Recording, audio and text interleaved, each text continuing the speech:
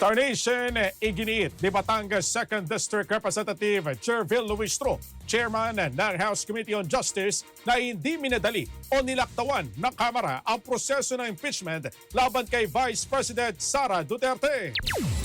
Ayon kay Luistro, sinunod ng komite ang saligang batas at tiniyak na dumaan sa tamang proseso ang mga akbang sa pagdinig at pag-aaral na reklamo.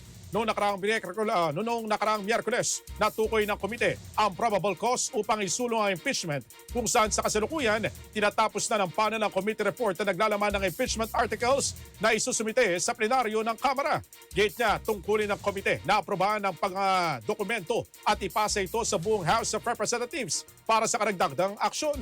Kabilang ang kinakailangang boto ng 1/3 ng mga miyembro bago ito may pasa sa Senado para sa paglilitis. Dagdag pa ni Luistro, kung guilty ang vice-presidente, hayaan ang katotohanan ang umatol. Kung inosente naman, hayaan ang proseso ang maglinis sa kanyang pangalan.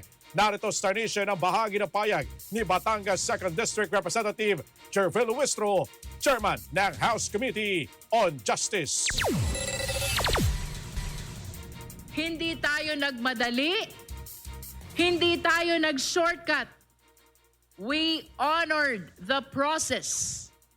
Bawat hakbang, bawat salita, bawat ebidensya, hinarap natin ng buong pag-iingat at pananagutan. Sa paglalakbay na ito, napagod tayo. Sinubok ang ating pasensya, lalo na sa harap ng mga batikos mula sa labas. We saw the press conferences of the Vice President's camp. We saw the petitions filed in the Supreme Court and the complaint filed in the office of...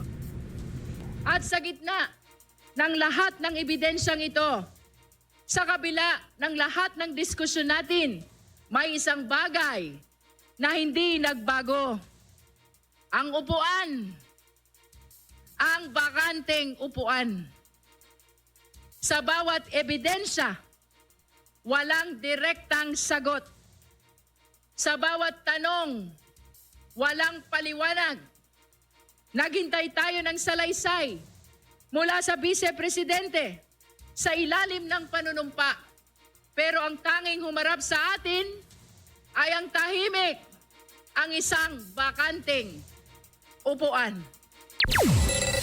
Star FM News Connect.